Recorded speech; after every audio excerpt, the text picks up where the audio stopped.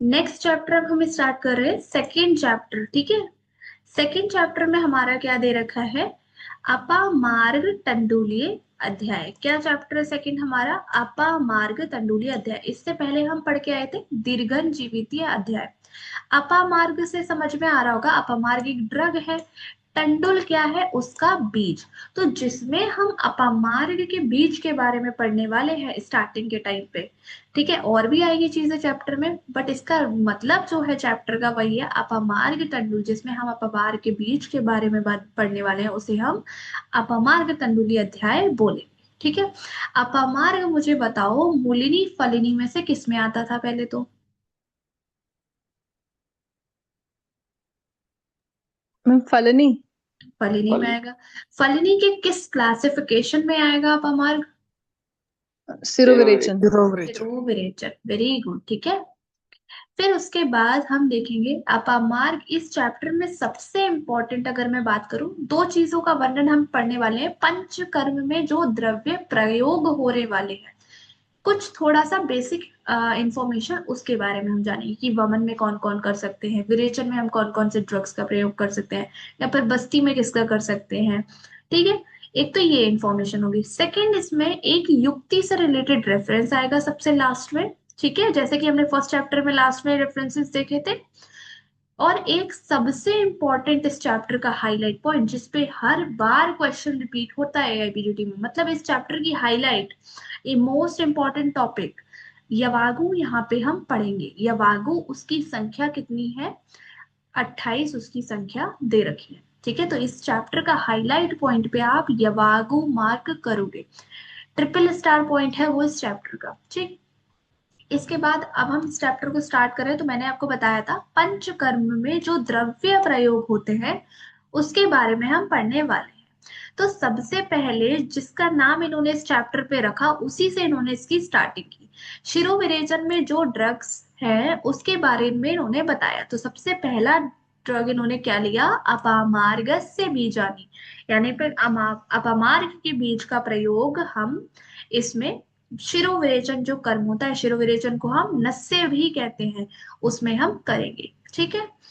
और क्या क्या ले सकते हैं, तुम्बू का प्रयोग कर सकते हैं, अजाजी है, अजगंधा है। नामों को बैठ के नहीं रटेंगे इनको, ये आप जब आगे आगे पढ़ोगे आपको सब पता चल जाएगा, क्योंकि हम डीजी भी पढ़ेंगे तो डीजी में हमें ये चीजें पता चल जाती हैं, ठीक है।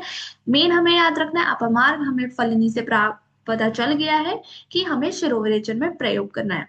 तो अजाजी है, अजगंधा है, ठीक है। शिरीष है, शिरीष का प्रयोग भी नस्य के लिए करेंगे। हरिद्रा है, ठीक है, करक्यूमा लौंगा हो गई, लवण द्वय हो गए, ज्योतिषमती हो गई, ठीक है। ज्योतिषमती आपने फलिनी मूलिनी में देखा था शिरोविरेचन में। नागर हो गया, नागर यानी कि आर्द्रक हो गया आपका शुंठी, ठीक है। तो ऐसी चीजों का प्रयोग आप नस्से के लिए कर रहे हो। कुछ एक लाइन इन्होंने यहाँ पे बताई, गौरवम शीर्षा शूले पीनस अर्धाव भेद के कृमि व्याधि अपस्मारे घ्राण नाशे प्रमुख के। क्या बोल रहे हैं, अगर किसी का सिर बहुत ज्यादा भारी रहता है, सिर में दर्द है, ठीक है, उसको पीनस यानी कि राइनाइटिस हुआ है, प्रतिशाय भी बोलते हैं पीनस को। अर्धाव भेदक आप सब जानते हो, आधे सिर में दर्द होना यानी कि माइग्रेन, ठीक है। किसी के हेड रीजन में अगर क्रीमिया हो गई है, जो भी आपका फेशियल या हेड रीजन है वहां पे अगर कृमि हो गया है, और अपस्मार मैंने जो व्याधि बताई जिसमें कि हम खरमूत्र का प्रयोग कर रहे थे अपस्मार उन्माद में, ठीक है। तो अपस्मार यानी कि एपिलेप्सी का जो पेशेंट है, या फिर किसी के घ्राण नाश, नोज में कुछ मतलब ऐसा हुआ है कि उसको स्मेल आनी बंद हो गई है, तो आप जो है उसमें शिरोविरेचन का प्रयोग कर सकते हैं। तो दिख रहा है हमें सारी व्याधियां किससे रिलेटेड है, रिलेटेड विद द ऊर्ध्व चतुर्वत विकार है, सारे के सारे हमारे अपर हेड रीजन है। तो उसमें हमें अपर हेड वाली ही ट्रीटमेंट यानी कि नस्य करनी पड़ेगी। ये वाली सेम लाइन आपको धूमपान में भी देखने को मिलेगी, ठीक है। सेम लाइन आपको धूमपान में भी देखने को मिलेगी। आगे हम उसको देखेंगे, ठीक है, जब हम फिफ्थ चैप्टर पढ़ेंगे। तो हमें बेसिक पता चला कि कुछ ऊपर के विकार हैं उनमें हम शिरोविरेचन कर रहे हैं, और अपामार्ग ऐसी कुछ ड्रग्स हैं जिनका हमें प्रयोग करना है। रटना बिल्कुल भी नहीं है इस पार्ट को, बस समझते हुए जाना है, क्योंकि यहाँ से क्वेश्चन बनने की टेंडेंसी बिल्कुल 20% है। 100% वाला पॉइंट मैंने यवागु आपको बता दिया। नेक्स्ट ड्रग हम किसकी देखने वाली है, जो वमन कर्म में प्रयोग होने वाले हैं। वमन कर्म में किन किस चीजों का प्रयोग कर सकते हैं, तो आपको मोटा मोटा पता है। जो हमने फलिनी में 8 ड्रग्स देखी थी उनका तो हो रहा है, उनके नाम यहाँ पे आएंगे। जीमूतक है, कृतवेदन है, ठीक है, मदन सबसे पहले दे दिया, मदन फल, ठीक है, धमार्गव है, मतलब कुटज है, कुटज को हमने वत्सक नाम से वहां पे पढ़ा था। तो जो 8 ड्रग्स थी वो तो है ही है, ठीक है, बाकी की हमें पढ़ने की आवश्यकता यहाँ पे नहीं है। अगर उपस्थित श्लेष्म पित्ते आमाशय, अगर आपका आमाशय में श्लेष्म यानी कि कफ और पित्त वहां पे प्रेजेंट है दोष, तो आपको क्या कराना है, वमन कराना है। हमें पता है आमाशय में अगर दोष एक्यूमुलेटेड होते हैं तो हम क्या कराते हैं, वमन कराते हैं। और अगर पक्वाशय में दोष होते हैं तो हम क्या कराते हैं, विरेचन। क्योंकि स्टमक के सबसे पास वाला रीजन क्या है, हमारा ओरल रीजन है। और अगर हम इंटेस्टाइन वगैरह की बात करेंगे तो वहां से पास वाला पेसेज क्या है आपका, नीचे वाला है, मूत्र द्वार, मलमूत्र का द्वार। तो अगर हमारे अमाशय में दोष है, और अमाशय में कौन कौन से दोष रहते हैं, कफ और पित्त रहता है, ठीक है। और अगर पक्वाशय है तो वहां पे हमें विरेचन कराना है, ठीक है। कफ के लिए बेस्ट ट्रीटमेंट क्या होता है, वमन कर्म, और पित्त के लिए बेस्ट ट्रीटमेंट क्या होता है, विरेचन, ठीक है। और वात के लिए क्या होती है, बस्ती, ठीक है। ये सब चीजें जब हम आगे सिद्धि स्थान और आगे के चैप्टर्स में बढ़ते जाएंगे तो आपको ये सब चीजें क्लियर होती जाएंगी, ठीक है। और जो भी बच्चे थर्ड और फोर्थ ग्रुप के हैं तो उनको तो पता ही है इंटर्न में है इन दोषों के बारे में और कर्मों के बारे में आराम से, ठीक है। तो अगर कफ पित्त उपस्थित है आमाशय में तो हम कौन सा कर्म कराएंगे, वमन कराएंगे। और अगर जो है आगे हम जब विरेचन की बात करेंगे तो वहां पे आएगा उपस्थिते पित्ते पक्वाशय, अगर ये दोष पक्वाशय में प्रेजेंट होंगे, ठीक है, तो वहां पे कुछ दोषों के नाम नहीं दिए हैं उन्होंने, बस उन्होंने बोला है दोष पक्वाशय में होंगे तो विरेचन कराना है, ठीक है। तो यहाँ पे वमन का पॉइंट क्लियर होता है, जहाँ पे वन वमन वाली ड्रग्स थी। अब इन ड्रग्स की कुछ संख्या है, जब आप इन्हें काउंट करोगे तो शिरो विरेचन की 25 निकल के आएंगी, ठीक है। वमन की 10 ड्रग्स निकल के आएंगी यहाँ पे, ठीक है। और विरेचन की कितनी आएंगी, 17 होंगी, ठीक है। विरेचन के लिए क्या बोला, त्रिवृत है, त्रिफला है, त्रमती है, नीलिनी है, सप्तला है, कंपीलक है, ऐसे कुछ ड्रग्स के नाम है जो विरेचन कर्म करा रहे हैं, ठीक है। फिर उसके बाद ये इन्होंने पक्वाशय में अगर दोष स्थित है तो विरेचन कराना है, ऐसा इन्होंने बोला है, ठीक है। अगर क्वेश्चन बनता है तो ऐसा बोल बनेगा कि पक्वाशय में अगर दोष स्थित है तो कौन सा कर्म कराएंगे, ऑप्शंस में होगा आपका वमन है, विरेचन है, बस्ती है। तो आप क्या आंसर लगाओगे, बताओ जल्दी। विरेचन।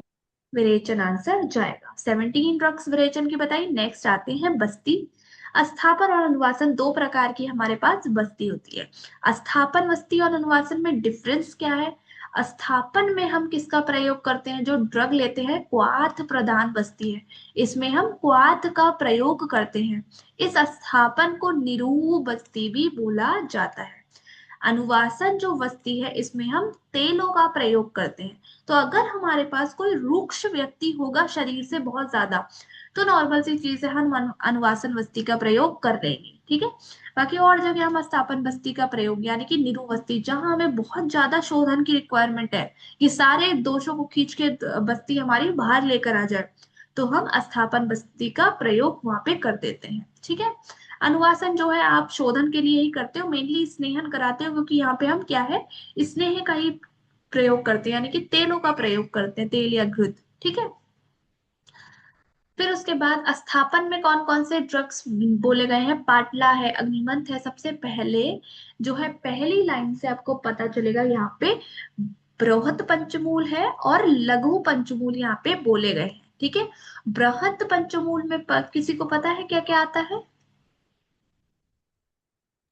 बिल्व, अग्निमंथ, श्योनक, पाटला, गंभारी। हाँ, ठीक है। तो बृहद पंचमूल हो गए ये 5। और लघु पंचमूल में बताओ क्या क्या आता है, कृष्ण पंच, शालपर्णी, प्रश्नपर्णी, ओके, हाँ आयुष बताओ। गोक्षुर, गोक्षुर कंठकारी। कंठकारी सालीपर्णी प्रश्नपर्णी बृहति। बृहति, वेरी गुड दीपिका आयुष, ठीक है। तो ये हमारे लघु पंचमूल और बृहद पंचमूल हम हमेशा बस्ती में प्रयोग करते हैं, मतलब कि ज्यादातर, ठीक है। और बाकी के ड्रग्स भी दे रखे हैं। और क्या बोलते बोलते हैं यहाँ पे, उदावर्त हो गया, विबंध हो गया, तो इसमें हमें अस्थापन बस्ती का प्रयोग हम कर सकते हैं। उदावर्त और विबंध कैसी भी आती है, विबंध यानी कॉन्स्टिपेशन, क्योंकि वायु आपकी बहुत ज्यादा बढ़ गई है, उसकी गति ऊपर की तरफ हो गई है, अब दोष नीचे नहीं जा रहे हैं, ठीक है। उदावर्त होती है, यहाँ पे भी वात का प्रकोप है, इसलिए हमने बस्तियों का प्रयोग किया इन व्याधियों में। ये जो अस्थापन बस्ती में ड्रग्स बोले गए हैं, इन्हीं ड्रग्स को जो है हम अनुवासन बस्ती में भी प्रयोग कर सकते हैं। इनका तेल बनाने सभी ड्रग्स का तो हम अनुवासन में भी प्रयोग कर लेंगे, ठीक है। अनुवासन और अस्थापन बस्ती में कितने ड्रग्स है टोटल, ये 29 नंबर ऑफ ड्रग्स है, ठीक है। कैसे कैसे कितने कितने ड्रग्स हो गए, 25 10 17 29, 25 10 17 29 की संख्या हो गई शिरोविरेचन की, वमन की, विरेचन की और अस्थापन या अनुवासन बस्ती की। फिर उसके बाद यहाँ पे एक रेफरेंस आता है, पंचकर्मणि कुर्वीत मात्रा कालो विचार।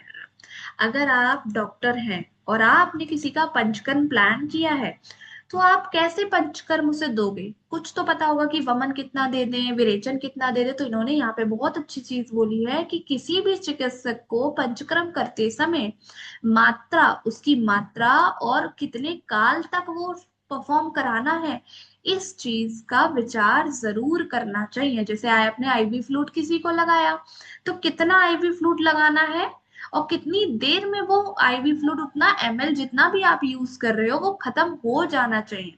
ये दोनों ही आप डिसाइड करते हो। तो ऐसे ही पंचकर्म है कि आपको उसका मात्रा और काल का विचार करना है। तो अगर आता है डैश कुर्वती मात्रा काल विचारणन, तो पंचकर्म कुर्वीत मात्रा काल विचारण, ठीक है। इसके बाद मैंने जो एक रेफरेंस बताया था आपसे, वो भी रेफरेंस को स्टार मार्क कर लेना, एक इस रेफरेंस को स्टार मार्क करोगे यहाँ पे, मात्रा काल आश्रय युक्ति सिद्धो प्रतिष्ठिता। अब ये मात्रा काल आप कैसे डिसाइड करोगे, किसी ना किसी युक्ति के द्वारा ही इसको आप डिसाइड करोगे, ठीक है। जो औषधि की मात्रा है, हमेशा उसे एक युक्ति, एक योजना बनाकर ही हमें पेशेंट को देना है। तो यहाँ पे युक्ति का महत्व बताया गया है, ठीक है।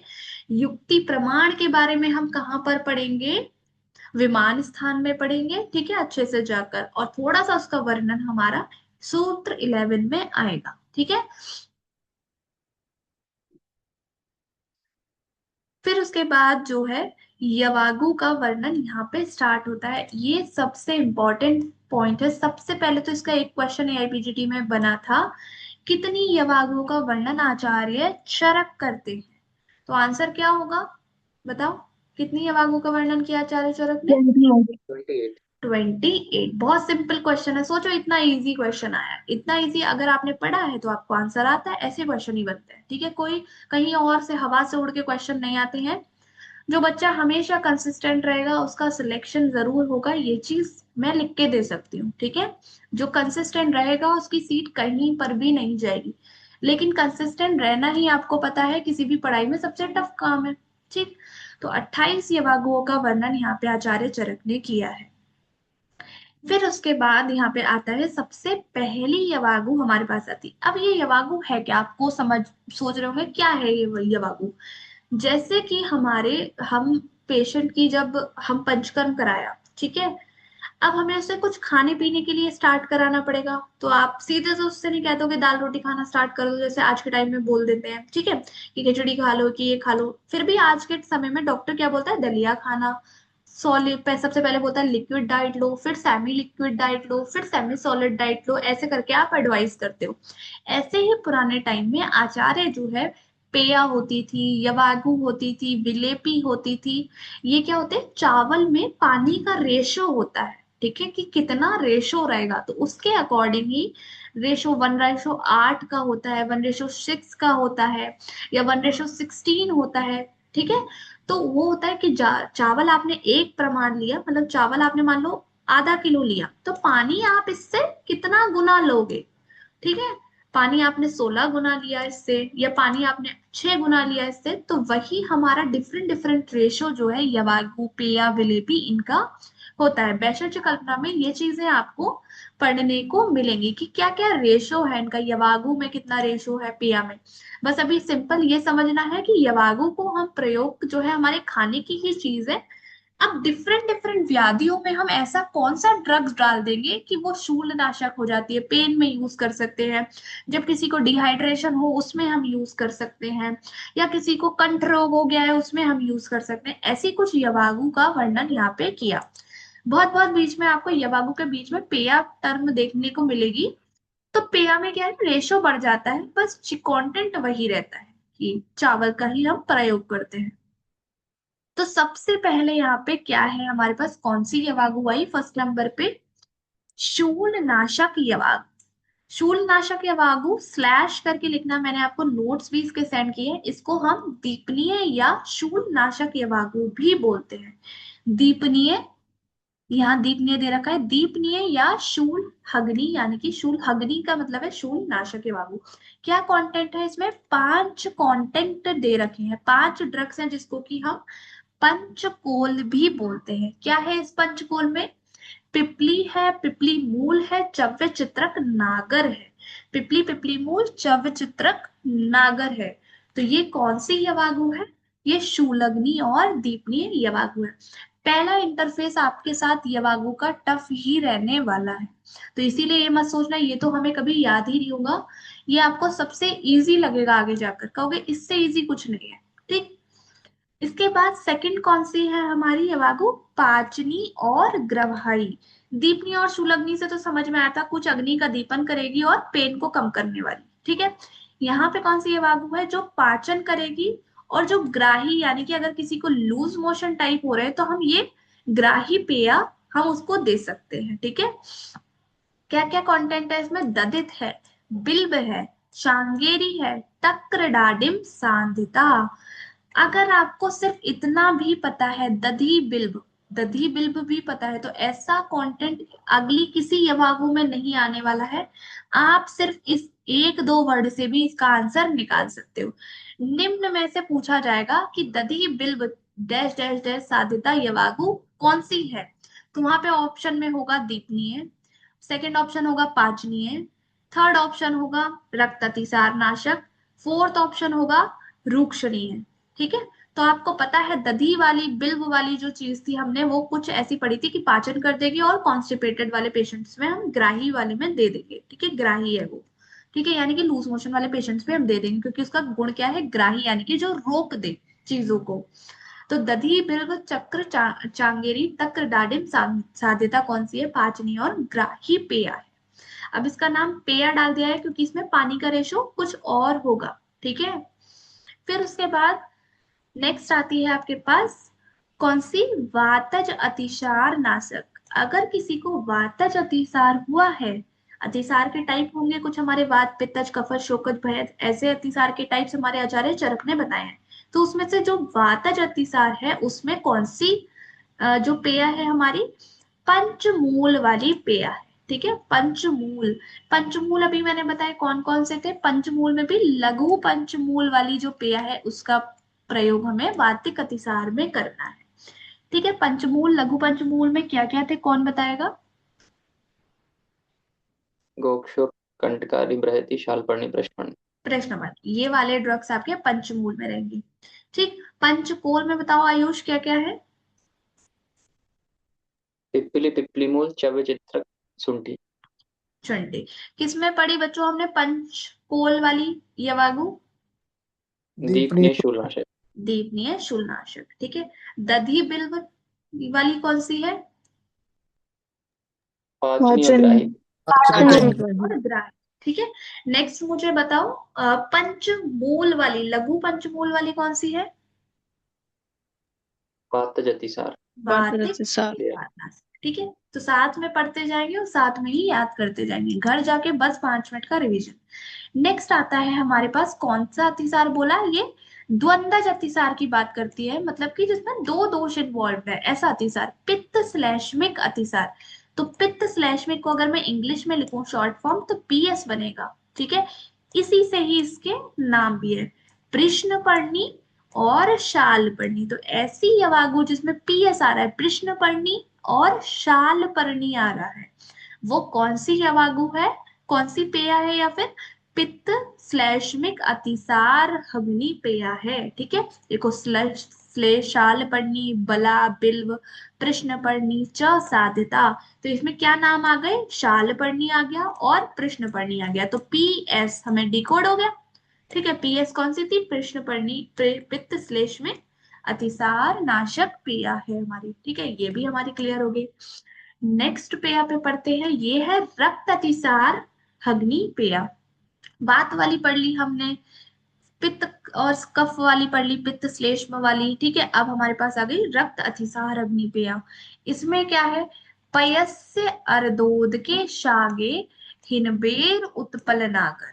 ठीक है, पयस्य, पय किसको बोलते हैं, दुग्ध को बोलते हैं। ठीक है, आधा हमें जो है, आधा पका हुआ जो है, आधा जल और आधा दुग्ध लेना है। वो भी किसका है, किसका दुग्ध है, ये छाग। छाग किसको बोलते हैं हम, बकरी को बोलते हैं। ठीक है, हमें पता है जो बकरी है उसका यूज हम कहाँ करते हैं, कौन से फीवर में, जल्दी बताओ। डेंगू। डेंगू। डेंगू में करते हैं। क्योंकि क्यों कर रहे हैं, डेंगू में क्या होता है सबसे ज्यादा, किस चीज का खतरा रहता है डेंगू में प्लेटलेट्स पेशेंट। कम होती हैं। ठीक है, थ्रोम्बोसाइटो। प्लेटलेट्स कम हो जाएंगी, थ्रोम्बोसाइटोपिनिया की कंडीशन डेवलप हो सकती है, यानी कि सबसे ज्यादा आरबीसी का ब्रेकडाउन और पेशेंट को कभी भी ब्लीडिंग हो सकती है।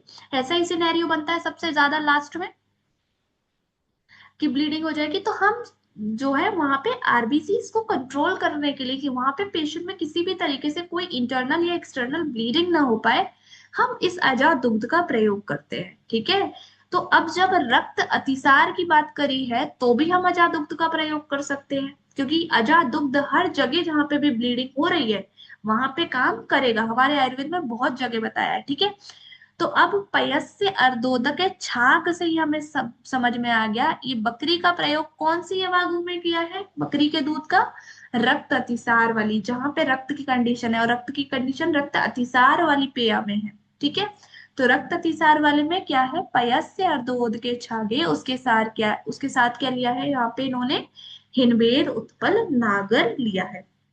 छाग वाली से ही ये डिकोड हो जाएगा रक्त अतिसार वाला पॉइंट। ठीक है, नेक्स्ट उसके बाद कौन सी आती है पेया, हमारा आम अतिसार की बात की अब इन्होंने।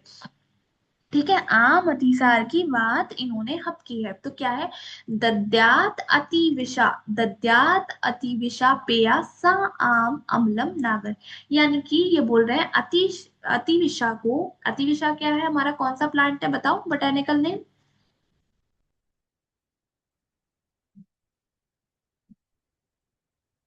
एनीवन, किसी को बताओ अतिविषा को क्या बोलते हैं,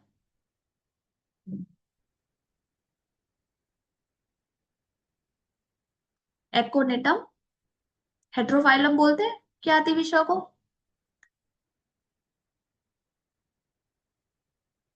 हाँ, किसी ने, आभा ने बताया एकोनेटम हेट्रोफाइलम, बिल्कुल करेक्ट। ठीक है, तो अतिविषा को किसके साथ देना है हमें, कुछ खट्टी चीज और नागर यानी कि शुंठी के साथ हमको उसको दे देना है। अतिविषा और शुंठी की बनी हुई यवागु किसी खट्टी चीज के साथ हमें प्रयोग कर लेनी है। ठीक है, तो आ से आम अतिसार हो गया और आ से अतिविषा हो गया। ठीक है, आम अति, कोई बच्चा है वो बहुत ज्यादा अति, अति मतलब कि बहुत ज्यादा तादाद में क्या खाता है, आम खाता है।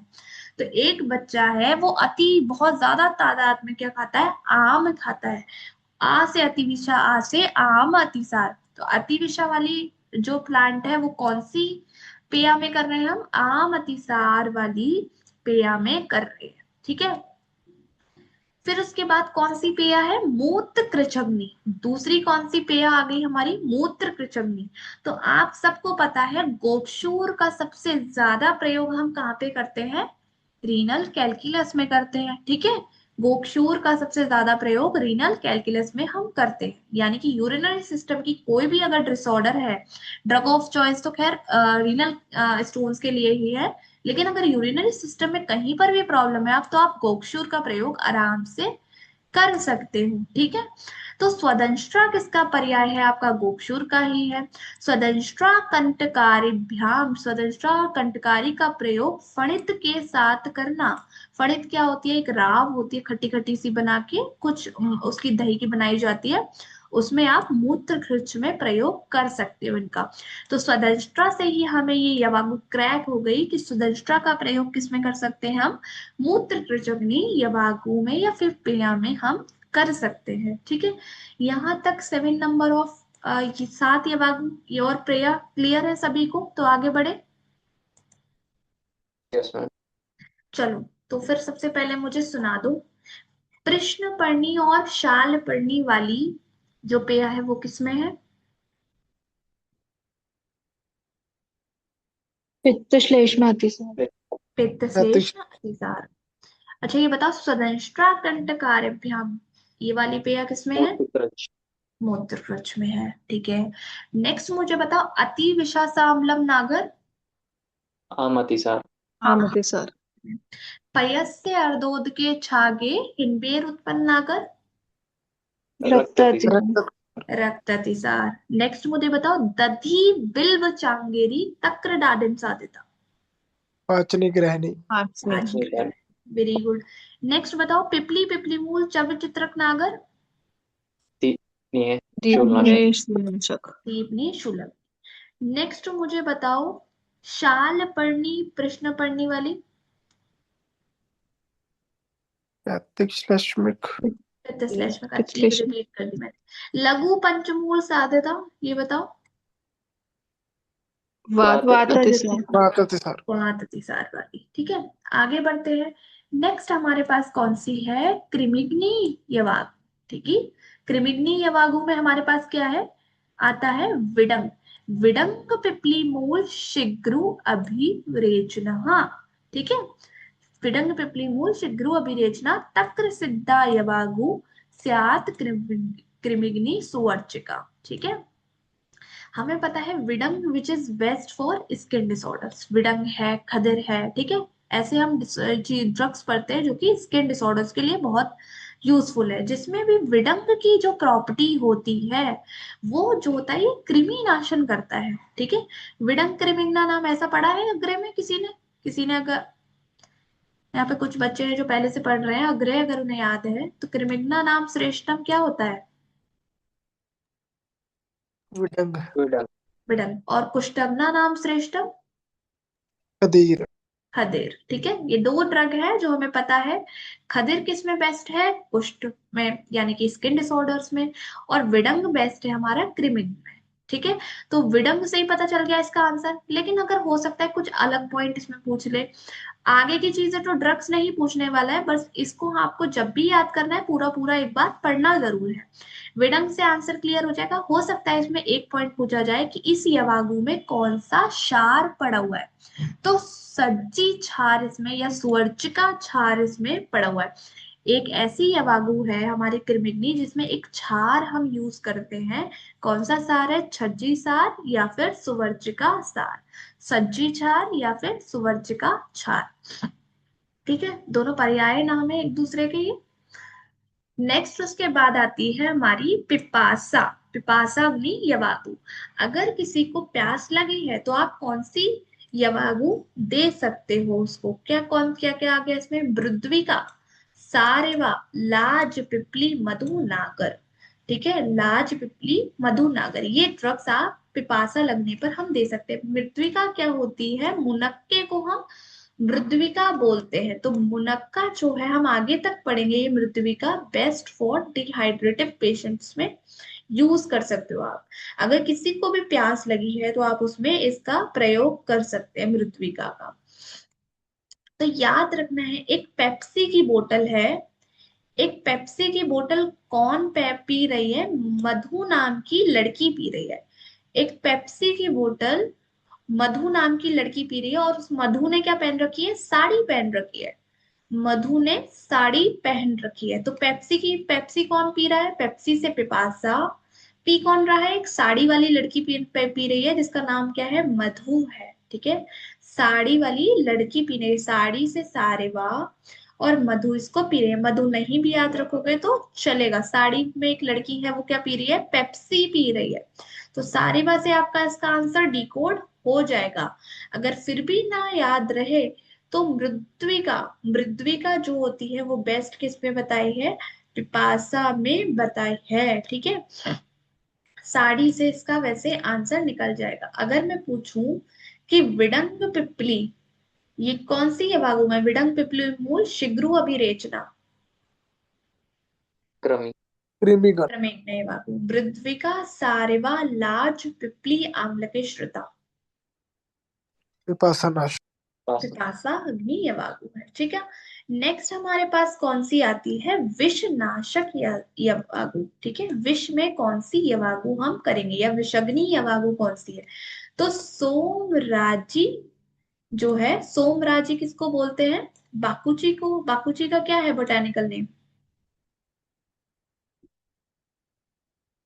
बताओ। सोरेलिया कॉरिफोलिया। सुरेलिया कॉलीफोलिया बाकुची को बोलते हैं, या कुछ और नाम है बाकुची का?